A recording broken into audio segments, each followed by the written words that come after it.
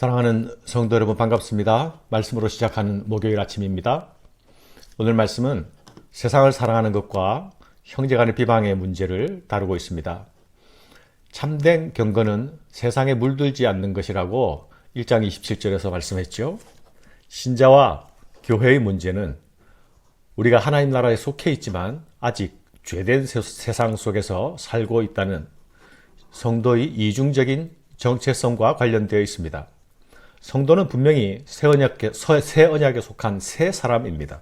그러나 성도는 여전히 옛사람의 모습에서 자유롭지 못합니다. 그리고 우리가 발을 딛고 있는 이 세상은 여전히 사탄이 활약을 하고 영향을 미치고 있는 것입니다.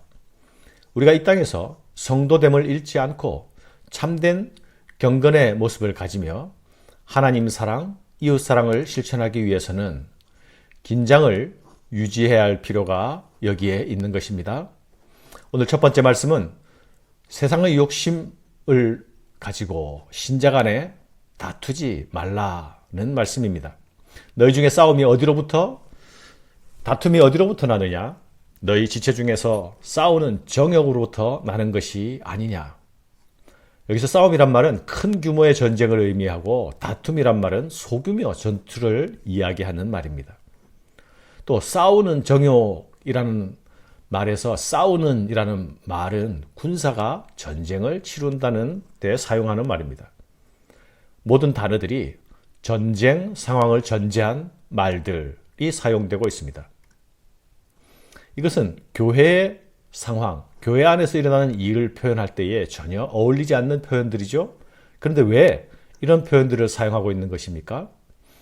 전혀 어울리지 않는 과장법을 통해서 교회 안에서는 이런 분쟁이 있어서는 안 된다는 엄중함을 전하고 있는 것입니다. 정욕은 육체의 즐거움을 향한 열망입니다. 1장 14절에서 각 사람이 시험을 받는 것은 자기 욕심에 이끌려 미혹되었기 때문이라고 말씀했지요. 정욕은 옛사람에 속한 성품이요. 옛사람의 성품은 세상에 속한 지혜와 죄에 대한 대단한 친화력을 가집니다. 쾌락에 친화적이고 욕망에 친화적입니다. 이것들은 우리를 미혹하여서 우리에게 싸움과 다툼을 만들어냅니다. 내가 높은 것으로 올라야 하고 내가 반드시 중심에 서야 합니다. 이것이 욕심이 죄와 사망으로 우리를 이끌어가는 기전이기도 합니다. 너희는 욕심을 내어도 얻지 못하여 살인하며 시기하여도 능히 취하지 못함으로 다투고 싸우는도다. 너희가 얻지 못하면 구하지 아니하기 때문이요 구하여도 받지 못함은 정욕으로 쓰려고 잘못 구하기 때문이라. 정욕에 이끌려서 싸움과 다툼으로 이끌려가는 것은 구하지 않기 때문, 기도하지 않았기 때문이라고 말씀하고 있습니다. 설사 기도하였더라도 기도의 중심이 잘못되었기 때문이라고 말씀합니다. 우리의 정욕의 요구대로 끌려가게 하는 시험 앞에서 우리가 기도하게 될 때에 자신의 정욕을 따라 구할 것이 아니라 하나님의 지혜를 구해야 한다는 말씀입니다. 기도하며 하나님의 지혜를 구하는 자들은 자신의 욕망의 방향이 어디로 향하고 있는지를 직시할 수 있어야 합니다. 바른 기도는 내 주장과 내 방향을 관철시키는 것이 아니라 내 욕망의 방향을 하나님께서 인정하시고 하나님께서 원하시는 방향으로 바꾸어 나가고 수정하는 것입니다. 이어서 세상을 사랑하지 말라고 말씀합니다. 정욕에 이끌려 사는 사람들은 영적으로 간음한 사람들이라 말씀하고 있습니다. 우리의 영혼이 지향하는 사랑의 방향이 바뀌었기 때문이죠. 간음한 여인들아, 세상과 벗된 것이 하나님과 원수됨을 알지 못하느냐? 그런즉 누구든지 세상과 벗되고자 하는 자는 스스로 하나님과 원수가 되는 것이니라. 세상과 친구가 되면서도 동시에 하나님과 친구가 되는 일, 그런 일은 있을 수가 없습니다. 하나님과 친구된 자들은, 하나님과 벗된 자들은 세상과 뚜렷한 대척점에 설 수밖에 없습니다. 죄된 세상은 우리가 그리스도 안에서 거듭날 때에 이미 작별을 고한 곳이라는 것을 기억해야 합니다. 너희는 하나님이 우리 속에 거하게 하신 성령이 시기하기까지 사모한다 하신 말씀을 헛된 줄로 생각하느냐? 우리 안에 계신 성령님은 우리를 사랑하시는 하나님이십니다.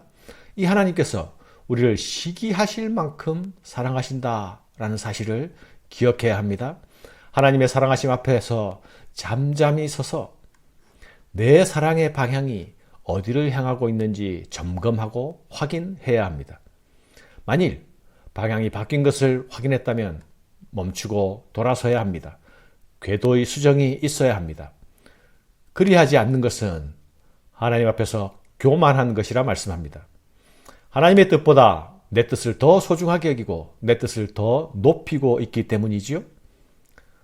교만의 궁극적인 도착지가 어디입니까? 그것은 멸망의 자리요 하나님의 심판의 자리가 아닙니까? 하나님의 은혜는 겸손하게 하늘의 지혜를 구하는 자들에게 늘 임하는 것임을 기억해야 합니다. 그러나 더욱 큰 은혜를 주시나니 그러므로 일러스되 하나님이 교만한 자를 물리치시고 겸손한 자에게 은혜를 주신다 하였느니라. 그러면 세상을 사랑하지 않기 위해서 구체적으로 어떻게 해야 하는 것입니까? 이어지는 말씀에서 구체적인 명령이 나타나고 있지요. 그런즉 너희는 하나님께 복종할지어다. 마귀를 대적하라. 그리하면 너희를 피하리라. 하나님을 가까이 하라. 그리하면 너희를 가까이 하시리라. 죄인들아 손을 깨끗이 하라. 두 마음을 품은 자들아 마음을 성결하게 하라. 슬퍼하며 애통하며 울지어다. 너희 웃음을 애통으로 너희 즐거움을 근심으로 바꿀지어다. 주 앞에서 낮추라. 그리하면 주께서 너희를 높이시리라. 사랑하는 여러분, 먼저 하나님께는 복종하고 마귀를 향해서는 대적하라 말씀하고 있습니다. 우리가 마귀를 대적하면 마귀가 피할 것이라 말씀합니다. 하나님을 가까이 하는 것이 세상과 구별되고 세상의 대척점에 나를 세우는 일입니다. 우리가 하나님을 가까이 하면 하나님께서 우리를 가까이 하실 것이라는 말씀, 이 말씀은 우리 신자들이 반드시 기억해야 할 약속의 말씀입니다. 특별히 시험 앞에 선 자는, 시험 앞에 선 성도들은 이 말씀을 굳게 붙들어야 합니다.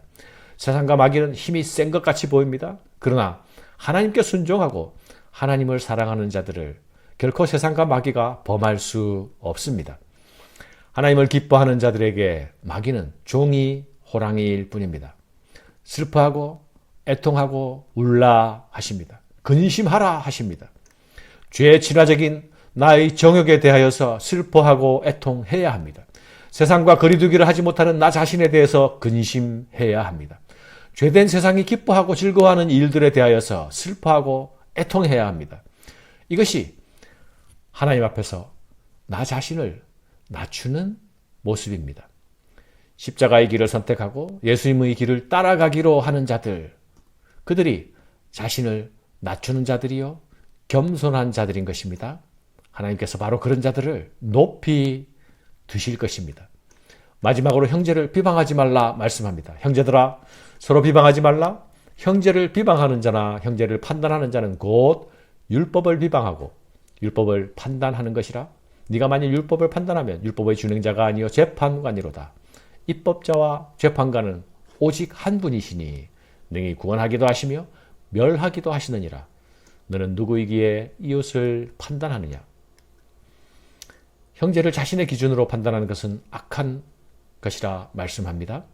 외모로 사람을 차별하는 것도 성도가 피해야 할 악한 일이듯이 형제를 판단하는 것도 마찬가지입니다. 성경은 일관되게 판단하는 일은 내게 속한 것이 아니라 하나님에 속한 것이라 말씀하고 있지 않습니까? 하나님께 속한 일을 하나님의 영역으로 놓아두는 것, 그것이 신자가 해야 할 역할입니다. 하나님께서 하실 일을 내가 임의로 하게 되면 그것이 하나님의 영역을 침범하는 것이죠. 그것이 내 자신을 스스로 입법자로 세우는 일이 되는 것이죠. 그것이 나 자신을 재판관으로 세우는 일이 되는 것입니다.